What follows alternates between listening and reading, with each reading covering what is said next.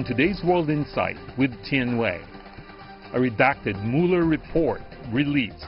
Good news for Mr. Trump? A good day too. It was called No Collusion, No Obstruction.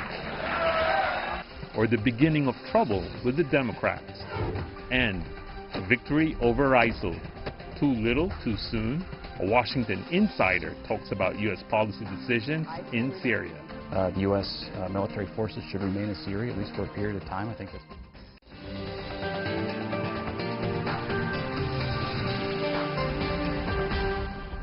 Hello and welcome to World Insight with me, Tian Wei. The program is coming to you live on CGTN. After nearly 2 years of investigation and speculation, of course, an edited version of the report, the Mueller report on the investigation of Trump's possible collusion with Russia, has been released. But some are demanding to know what's been left out and why. And political opponents of President Donald Trump are planning their own investigation. A lot of things going on all at the same time. Take a look. 448 pages of legal language sending shockwaves across the U.S. Capitol. Inside Robert Mueller's report, 10 actions by President Trump that the special counsel examined for possible obstruction of justice.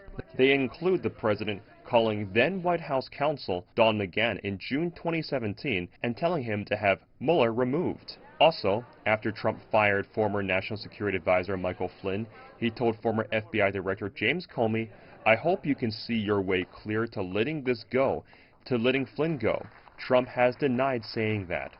As the report's details trickle out, President Trump called it game over for his opponents, despite revelations he called the start of the investigation the end of his presidency. And they're having a good day. I'm having a good day too. It was called No Collusion, No Obstruction. I'm having a good day. There never was, by the way, and there never will be.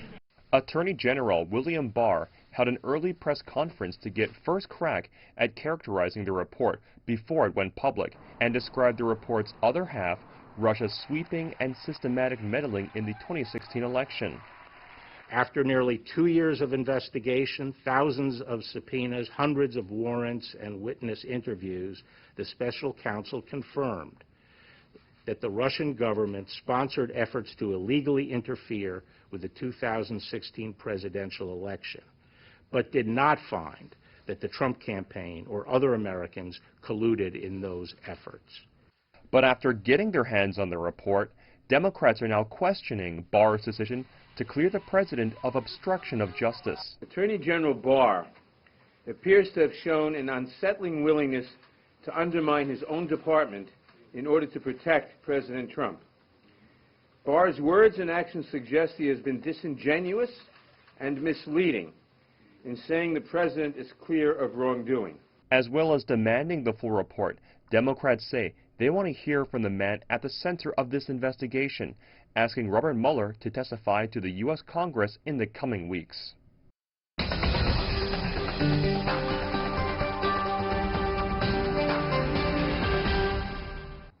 For more on what has been written in the Mueller report and what does that mean, we are joined in Shanghai by Joe Rubin, traveling in China, president of Washington Strategy Group. What a pleasure to see you, sir. And also in Beijing studio, Alexander Lukin, professor and director of East Asian and SCO Studies with the Moscow State Institute of International Studies. Good to see you as well. Earlier, we also asked a member of the far right of the Republican Party to join us last minute. He turned us down. But anyway, we're having two wonderful gentlemen discussing a fascinating topic. Mr. Rubin, what about the current state of debate in Washington? Even though you are a few hours from there in Beijing, in Shanghai, tell us your assessment. What's next? Well, Tian, it was riveting yesterday in Washington, and it was for me as well here in China, in Shanghai. I was watching the news and reading the early notes about the report, the publication of it. And in Washington right now, there's a real breakdown in confidence in the Attorney General. Democrats in Congress, in particular in the House, are very much interested in getting more information from the Justice Department. This will now open up more investigations, and there's really a lot of concern about the general ethic of what took place in the 2016 campaign by the Trump campaign in particular, and what they were up to in engaging Russians so actively, and why the president worked so hard for the last 2 years to obstruct justice, and basically to prevent investigation from looking into those questions. So it's really opened up Pandora's box from a Democratic perspective. Right. Before I go to Professor Lukin, because he's Russian, I don't want him to interfere into U.S. internal affairs, Professor Lukin. So you wait a little bit. No, that's what Russians always do. So well, I will ask you a bit later. later. Mr. Rubin, I want to ask you about some of the procedural issues. And now we understand the Judicial Committee of the House has already asked for a subpoena of the report, and the deadline is likely to fall on May the 1st. Meanwhile, they're also asking for access of some of the documents from the Justice Department relating to the investigation of this Mueller report. So help us to understand what procedure that is to the current administration, and can the Justice Department refuse to do that? Help us to understand what exactly procedure. Certainly. So the Judiciary Committee Chairman Jerry Nadler, he has the direct authority of oversight of the Justice Department. So his committee is the one that really does get into the details of how the Justice Department works. And they are requesting this information because the Justice Department has chosen not to hand it over willingly.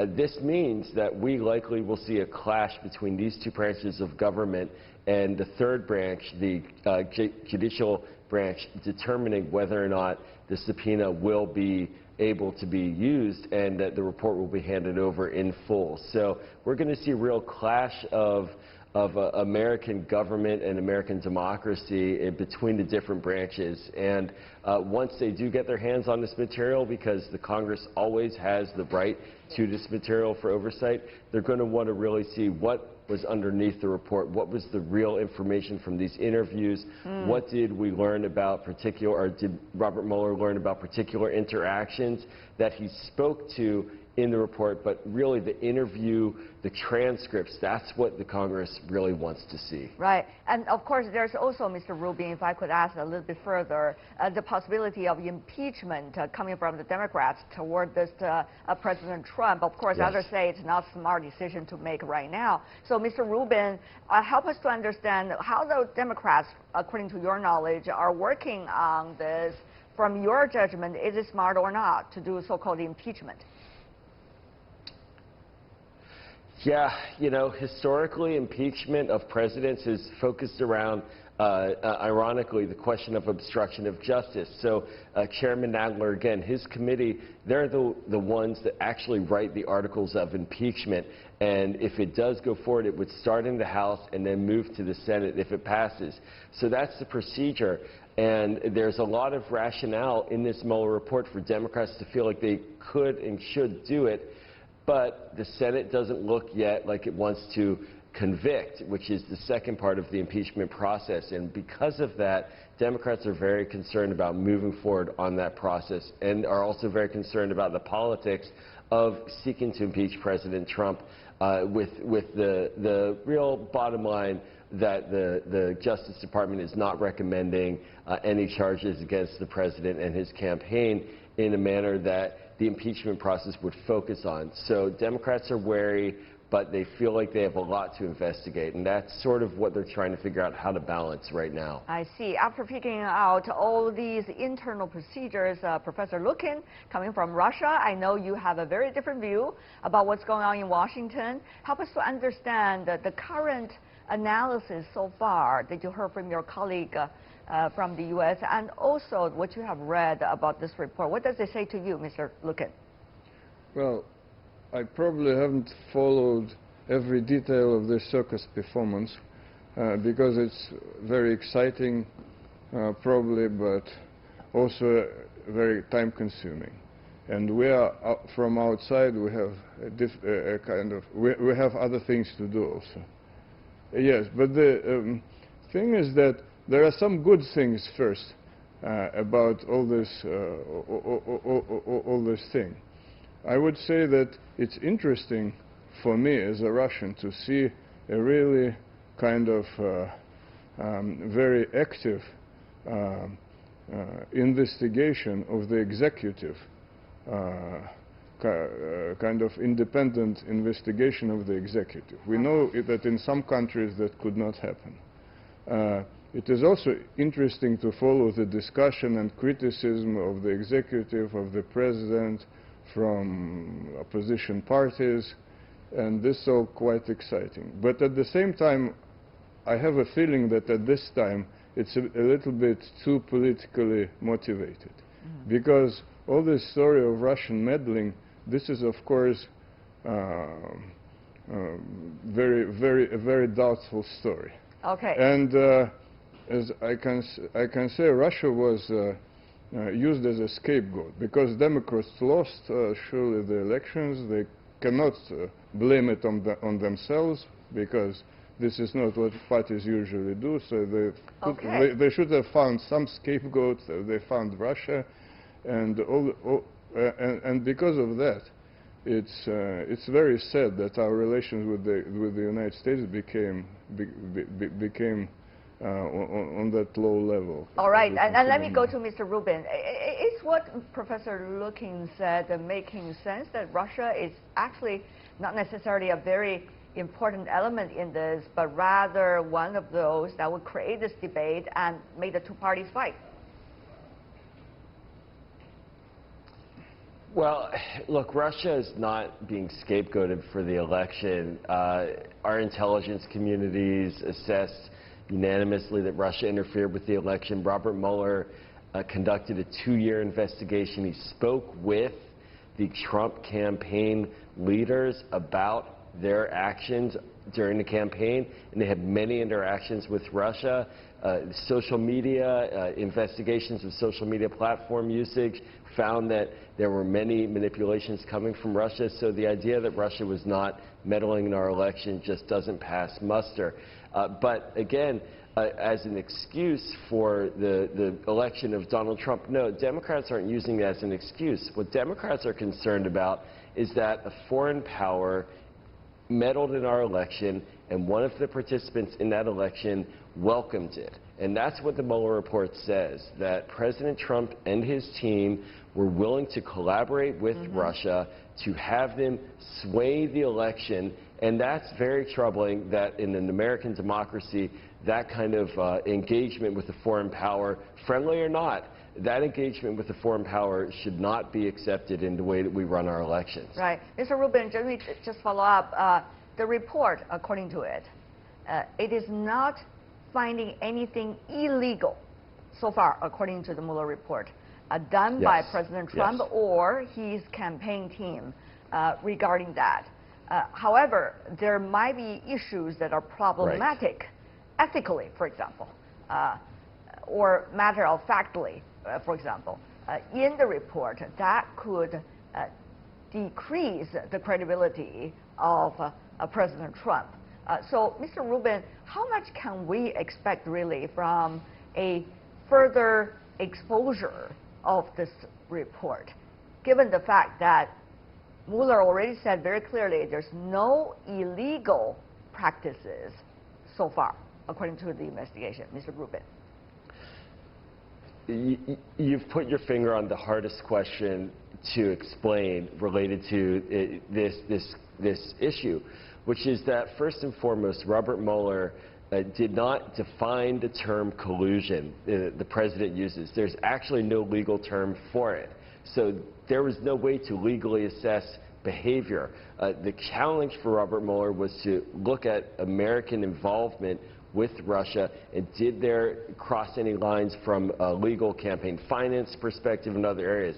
And he said no, but he didn't say that there weren't engagements that were collaborative that helped move Russia in a certain direction. And the second part, which is also very, very tricky, is that he did not recommend an indictment on obstruction of justice, because the Justice Department regulations state that when one is sitting in the presidency, that individual cannot be indicted. So Robert Mueller essentially gave a playbook to the next authority, and that's the Congress. And that's where this moves out of a legal question to a political question. And the Constitution is very clear that we have high crimes and misdemeanors can be used to assess whether or not a president should be impeached. Right. That's it. There's no legal definition beyond that, and that's very much a political choice about ethics, as you just said, and whether or not we want a president who crosses certain ethical, moral, and constitutional bounds, not just legal ones. Right, and that's where the complication is, isn't it? And that is why we're so interested in Yes. this, because the U.S. People will figure out who their president is and whether that is being done in a legally way. However, the others from outside the country are more interested in if the political fights going on about this and dragging on, what would that mean for the current administration's interaction with the rest of the world and the policy choices at the time of an apparent crisis. And therefore, I want to go to you, Professor, looking about this. Do you think, as a result of this, the current administration in Washington, such as President Trump and his team, is likely to further distance its interaction with Russia rather than getting closer? Well, let me first say that all this talk about the American intelligence community is just a joke. American intelligence community lied all the time. Who was going to cut the beard of Fidel Castro? This was American intelligence community. We have other occasions to talk about the American intelligence community. So, sir, my question is very specific. That is, do you expect, foreign policy-wise, the current administration is going to do it differently as a result of this hot political war at home? Well, unfortunately, because American, not only intelligence community, but the entire elite was very much anti-Trump. So Mr. Trump was probably trying, and at least he was saying this during the campaign, that he was going to improve relations with Russia. But the Washington elite did not let him do it. And after that, he thought it was probably not worth it. So I think now there is a consensus, kind of anti-Russian consensus in the elite. And I don't think that even, though Mr. Trump can do more things now because he's more or less vindicated, but at the same time, I don't think that there will be any kind of significant improvement in relations because there is an anti-Russian consensus. Russia should be a scapegoat. Somebody should be. Russia and, to some extent, China are scapegoats. That's what I want to ask Mr. Rubin, not only about Russia, but also other important policy choices that Washington likely to make about China, about trade negotiation, about the DPRK nuclear issue, about many other issues that the current administration might choose. Yeah, I mean, aside from the Mueller report and this investigation, which the president has been obsessed about, and for some reason been unable to just move it to the side, and if he was innocent of all concerns, he would have ignored it, but he seems to be obsessed about it. It seems to have really happened in parallel to a collapse of his national security team. Just the other day, as you know better than most, Kim Jong-un said he doesn't want to speak with the Secretary of State anymore in these North Korean nuclear negotiations. So right now, add that to the question of American isolation on Iran and the support for the Saudi war in Yemen that the Congress just rejected, and President Trump vetoed a resolution to end that support. And his foreign policy right now is in deep disarray. And that makes it harder then for him to conduct diplomacy with Russia, for example. One doesn't have to like or dislike Russia to know that nuclear arms control treaties are critical, and the New START treaty is coming up for renewal, and the president may very well not have the wherewithal or the capacity to renew that. So he's in a very weak position globally right now, and of course we have to all recognize that a presidential campaign is just around the corner, which makes it very difficult for a sitting president to make significant moves. I see. Not only that, Mr. Lukin, as you know very well as well, that we're going to have a lot of things going on for the rest of the year. You got the World Trade Organization, how to reform the WTO. You got also the G20 summit coming up, likely to also deal with similar issues later. APEC meeting. These are only things on the agenda. There are many things that are not on the agenda and the yearbook, but certainly a lot of turning point, shall we say, this year and next, right during the time when the Americans are leading up to their election with this thing going on at the same time in the background, the Mueller report. So, Professor Lukin, your thought about this rather complicated agenda for Washington right now? Well, I would say that, of course, Mr. Trump made a significant turn in American foreign policy. It became less engaging with the world and kind of very much self-reliant, I would say, to use the Chinese phrase. And is it going to pay or not? I'm not sure. But President Trump thinks that America is strong enough to go along with the world, and the world will follow. So he really worsened relations with many countries, not only Russia, but also China, some European countries. So I'm not sure what's going to happen. He may be, it may be a problem for the United States if everyone unites against this kind of policy. Well, Mr. Rubin, is that possible? Final words from you before we wrap it up. Yeah, I think that it was just well described. The United States can't go it alone and be effective. We have never been effective when we've been unilateral. Multilateralism is our strength. Just here visiting in China, it's very clear to see how significant a player China is. In the United States, we need to be finding ways to collaborate, coordinate, and cooperate. And President Trump right now is not engaged in that way globally, and it's harming American national security. We'll see how the debate will evolve in Washington, and certainly that will have a ripple effect on the rest of the world. Thank you so much for now, the two of you joining us for this discussion. Joe Rubin in Shanghai, originally from the United States, of course, and Alexander Lukin from Russia, now in our Beijing studio. Really appreciate it, gentlemen, for being with us. Thank you, both of you. And you're watching World Insight with me, Tian Wei. Still to come on our program. Victory over ISIL, too little too soon. A Washington insider talks about U.S. policy decisions in Syria and many more right after this break. Welcome back. You're still watching World Insight with me, Tian Wei. The program is coming to you live on CGTN.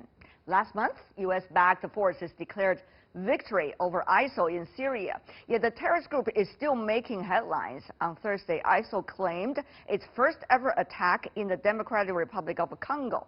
A research is underway for some ISIL hostages, and that leaves governments around the world with a decision on what to do with them and with people who became ISIL members, but now want to return home. Earlier, I talked to Brett McGirt, who is served as Special Presidential Envoy for the Global Coalition to defeat ISIL at the U.S. Department of State. He famously quit that job when President Trump announced a U.S. troop withdrawal from Syria last December. He spoke to me as Senior Fellow for the Carnegie Endowment for International Peace. Here's what he has to say.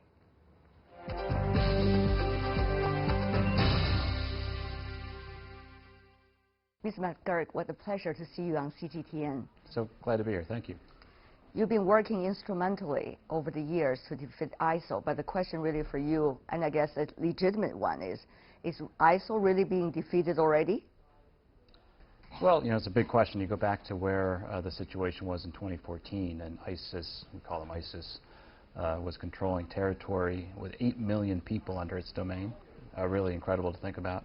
They had revenues of $1 billion a year, the largest terrorist organization we'd ever seen. Over 40,000 people from all around the world traveled into Syria to join this terrorist organization, including from here in China. So this was just a huge international problem. So the United States of America did what we can really uniquely do. We built an largest international coalition in history. We worked very closely, of course, with our partners in Iraq and on the ground in Syria to take back what used to be called the physical caliphate. So as of now, ISIS no longer controls any territory. I think that's a very significant achievement. But you know, it's very hard now to deal with the current situation, isn't it? As you said, many of them are being imprisoned, but what to do with them? So the first objective is to have these countries take back their people. How far are President we from Trump those has tweeted about that. He said that that should happen. Of course, that's very difficult. Some American citizens, or people who claim to be American citizens, want to come back to the United States. That's very unlikely to happen. So it's a big problem. Of these tens of thousands of people, you have to figure out who they are, sort them out, where they're from, who's a really hardline indoctrinated person, who might not be. And so this is all being worked through now, but it's going to require, again, international cooperation. I'll say one thing. The UN Security Council passed a resolution and a mandate for an entity in Iraq called UNITAD, and what this is about making sure that, really for history, the United Nations and international experts document these terrible crimes of ISIS. They document the genocide. They document what actually happened. So there's a historical record. And then they also hold people accountable. And UNITAD's mandate is focused to Iraq. I think it might be a good thing if their mandate was extended to Syria, because it's a very serious problem right now in northeast Syria. Who will provide leadership beside the United Nations? Of course, that is an international organization, but key players within the organization has to play an instrumental role. And apparently, the U.S. is having its what they consider as withdrawing role from the region rather than more engagement. So, what do you make of the current situation? What role will U.S. play? Well, first, look, I think our leadership role in the world remains unparalleled. So we, in the ISIS coalition, we built a coalition of 79 partners, 75 countries and 4 international organizations. I think that is almost unprecedented in history. So American leadership will be quite critical, but you know, we can't do this ourselves. We have to make sure that we have partners. Now, I hear this a lot, that the United States is kind of receding from the Middle East, and I would challenge that a little bit. I remember when we had 160,000 troops in Iraq, people thought that the United States role was kind of, we were doing too much in the Middle East. So this is always a balance of trying to get it right. I would just say, if you look at our military deployments in the Middle East, these are permanent long-term partnerships with Qatar, with UAE, of course with Bahrain, with Iraq. So these are long-term partnerships that are going to continue. Now, one thing that has changed, of course, is that the United States used to be very dependent upon the natural resources of the Middle East region. We no longer are, because of our real breakthroughs in technology. We're now the world's largest oil producer. This is a fundamental change in the geostrategic equation of the world. That's a structural issue. That is, I think, one reason why people say the United States might be pulling back a little bit. I would say that we're rebalancing appropriate to circumstances. 160,000 American troops in the region, as you mentioned, sir, earlier. It's not necessarily all about fighting ISIL. Rather, there are some other options and objectives of those troops. So it's not necessarily proving a point, I have to point out, that the U.S. is doing its utmost to fight against ISIS, even for now. Well, those receding from the region is not being said by the others, but rather said by various administrations officials themselves right now sitting in the White House. Well, again, I define receding. I think there's a debate in the United States about our overall level of investment around the world, making sure that we have a balanced investment, so that we're very much invested here in this part of the world, and also we don't want to be over-invested in the Middle East. That's a rebalancing. But I would just, you know, when I hear that the United States is totally receding from the Middle East, I just don't think that's really credible. And we have vital interests in the Middle East, and that's going to remain. I mean, the free flow of energy resources through the Straits of Hormuz and those very important waterways, that's something that we work on, obviously, with the U.S. Navy and our partners. We have fundamental economic investments throughout the region. We have cultural programs. We have educational exchanges.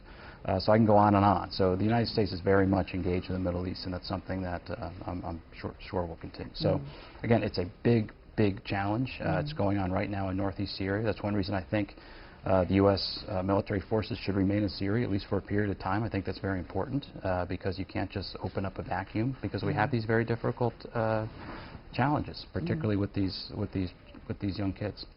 But now one has to argue that since the enormous geopolitical changes going on in the world, not just in the Middle East, and not just about ISIS, but also about other issues, that people's and the international community's attention has been shifting to the other issues rather than focus on the issue that you are very passionate about. Well, I think it's positive that ISIS is not on the front pages all the time. We don't want that as citizens of the world. That was a really terrible period. We had attacks being carried out in the streets of Paris and the streets of Brussels. They were planning major attacks all around the world, including in the United States. So I think we've reduced the risk of that, which also gets it off the international headlines, so it's not front page news. I think that's understandable. But dealing with these challenges is very important. So that's one reason why the U.S. continues to lead this coalition. My successor, Ambassador Jim Jeffrey, is continuing on that very important role to keep the spotlight on this problem. The fact that you asked me about it is very important. I'm all the way over here in Beijing, and you're asking me these very important questions about what to do with all these people who are in these detention facilities in Syria.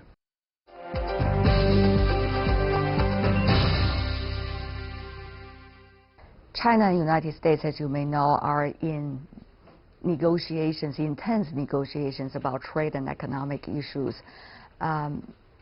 People wonder whether there's only negativity of this relationship and potential Cold War, but others argue there are actually a lot of common grounds that the two countries can work together with the others around the world. To fight terrorism is one of them. How much do you think that relationship started from the Bush administration can continue and be sustainable under this administration and probably in the future, given the fact that there are changes taking place in the bilateral relations? And I can't speak for President Trump or the Trump administration. I'm just no, here you in my can't, private but just capacity, from your of course. expertise, yes. But I think, obviously, and you listen to the president, what he says, there are very serious concerns in the United States about certain actions that the Chinese government has taken in recent years. And I think, obviously, President Trump is standing up for American interests as he sees them, as he sees fit, and he was elected by the American people. I think he also wants to find some areas of convergence where we can find areas to work together. You know, through my trip here in Beijing this week, it's been very interesting. The focus has been China and the Middle East. And obviously, China is becoming much more invested in the Middle East. President Xi, with a very important speech which he gave in January 2016 before the Arab League in Cairo, kind of laid out the Chinese policy in the Middle East. That China will really doesn't see it as a sphere of influence, a lot of things, but actually you look at the investments since then, almost $100 billion of investments. China is now a comprehensive strategic partner. That is the highest level of diplomatic status that China can bestow upon a country. Very interesting with Iran and Saudi Arabia, two geostrategic rivals in the region, and with UAE and Egypt. I think that's going to be very difficult to sustain because everything in the Middle East ultimately does come down to politics. There are major internecine issues which go back hundreds of years. So it's hard to just kind of remain astride those issues. Talking about China's role in the Middle East and its potential cooperation with the region, the Belt and Road Initiative certainly is one of those that, if you ask many Chinese, would be on their mind. It's about so-called connectivity. And of course, the U.S. has a very different view about it so far. But the question really is, will building infrastructures, trying to create connectivity, from your perspective, sir, will be able to help at least some of the developing and emerging economies of the region to have a bigger exposure to the rest of the world, and therefore a potential better economic prospect? What do you say? Well, we all want stability in the Middle East. It's a vital region of the world. So that's something I think that's obviously an objective that we share. I think there's serious questions about the Belt Road Initiative, about what the actual objectives are, what the goals are. I think there are questions for, again, these tensions that I think China's likely to find itself. For example, second largest trading partner with Israel, major infrastructure investments in Israel, and also a comprehensive strategic partner with Iran. I think those are the types of things. There's a tension there, which is going to play out, and that was part of my discussions here this week, trying to understand how does that work? How China tends to deal with that tension. In the Middle East, I think that's hard. So this will be a really critical issue here over the coming years. I think there might be areas in which the United States and China can work together on. There's also going to be areas in which we're going to be in a real competition as powers. I think that's almost inevitable. China is on a learning curve. I mean, after all, this is a developing, emerging economy that has, for the very first time after many years, be able to have this economic capability to do investment and also to cooperate economically with many others. So whether that will also have to do with the way that it's going to function geopolitically, we're going to have to wait and see, as you said, with a lot of intellectual curiosity over there. On the other hand, if you talk about the potential cooperation with these countries, there are a lot of instability issues in the region. For example, the issue of Syria, with which the international community do not necessarily agree with one another as to whether Mr. Assad will play an instrumental role continually in the country. And there's also the issue of Iran. Six earlier parties, I guess, also have been agreeing toward a peace mechanism, but now the U.S. tend to withdraw from that possibility. So how do you think, given your rich experience in the region, that China and the U.S. would be able to cooperate? Since earlier you talked about cooperation. And cooperation is a big word. So the issue is where to work together. Where do interests converge? And then how do each country use their influence, access, comparative advantage to where try do to you advance think is the those potential area to have our interest, you know, to be shared? I think resolving the Syrian civil war, the entire UN Security Council, including the permanent 5 members, which includes China and the United States, all voted on a roadmap in 2016 for how to resolve the Syrian civil war. It's a very simple formula. The Syrian government should get together with the opposition and agree on some constitutional amendments, constitutional reform, and then leading to an election for a new president and a new parliament, probably to happen in 2021. It can happen earlier. But in that resolution, which again China approved, it should be an election which all Syrians vote, including the entire diaspora of 8 million Syrians, an election that's overseen by the United Nations. This will take a lot of work. And the United States is very, I know, committed. I know the Trump administration is very committed to that formula. And I would hope that China, given its emerging role in the region, given its influence with the Assad regime, would help push the Assad regime in that direction. I think that would be something to both of our benefits, and hopefully that's something that China can do. What I hear... But as you may know, it's not as simply as that, right? It's very much a proxy war that we have seen in Syria, with not only international powers, but also regional powers have their own agenda and having an impact on the results so far. Yeah, so Syria is probably one of the most complex regional challenges we've seen in decades. But it is now getting to the point in which it's never simple, but it's a little more simplified. You have in Syria, the proxy war has kind of really died down, and you have now really 3 main zones of influence in the country. We talked about northeast Syria. That's an area of U.S. influence with a force called the Syrian Democratic Forces, 60,000 Syrian fighters. They more or less have control over that third of Syria.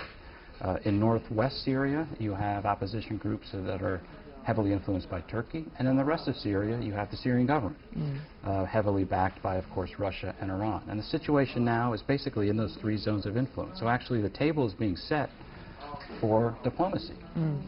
Carrots and sticks has been a very successful practice the U.S. has been using over the years, with Iran as well, particularly about the Iran nuclear deal, as demonstrated earlier with the earlier 2 administrations. But now, of course, it's a disconnect from the earlier practices. But the question really is, how can you succeed? Well, and let me put it this way. So right now, we don't have any diplomacy with Iran. I happen to be, as a diplomat, I happen to think diplomacy is a good tool to have in the toolkit. I think having open diplomatic channels is a good thing. One reason you build economic pressure is so that diplomatic efforts can succeed. I think the Iran nuclear deal was an example of that. But right now, we don't have any diplomatic ties with Iran.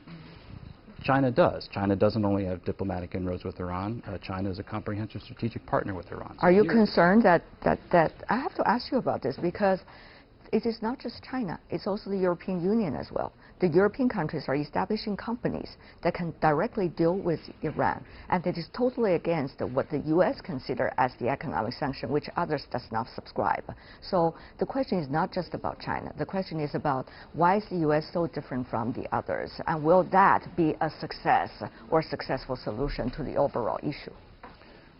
But there is a big question here, though, for China, because how does China use its influence in Tehran, for example? The tension we talked about. Again, China is the 2nd largest trading partner with Israel. Iran is transferring missiles and technology into Syria, which is not about fighting terrorists, it's about threatening Israel. So I would hope that China, given its status and influence with Iran, could say to the Iranians, stop that. That is destabilizing in the region. That should really stop. And But what I hear is that China's kind of neutral, taking a neutral position. We should be able to agree, the United States and China, that Iran should not be transporting sophisticated weapons into Syria, which could threaten Israel, who's both a friend of ours. That raises the risk of an interstate war in the Middle East, which would destabilize everything. Nobody wants to see that. So again, these are questions upon which I think the U.S. and China have a lot of common interests. The U.S. tend to withdraw from its own responsibilities and way of contact with Iran to have an impact on the country by asking others, why don't you do more? That's very interesting because the United States has already disconnected with Iran politically, and now it's questioning everybody else. Why didn't you engage more with Iran to have more influence?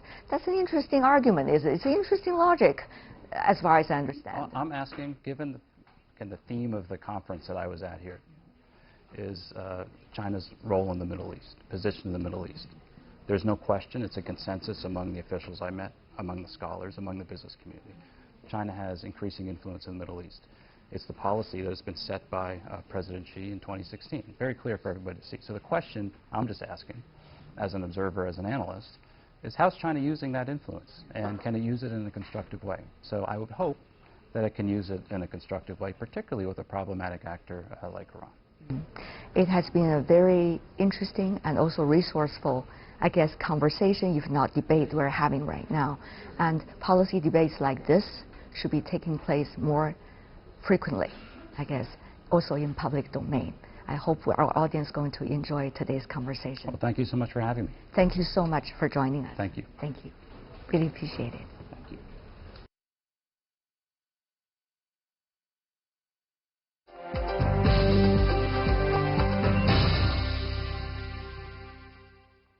That was my earlier conversation with the coming from the United States, but certainly has a very different opinion about how the Middle East and its future should be run. And that is all the time we have for today. If you'd like to see more, try to find us World Insight CGTN into your search engine and check out our YouTube channel. You can also follow us on Twitter, Facebook, and Sina Weibo. From me, Tian Wei, and everyone on the World Insight team, thanks for watching. Tune in again next time for more insights across China and around the world. Good night.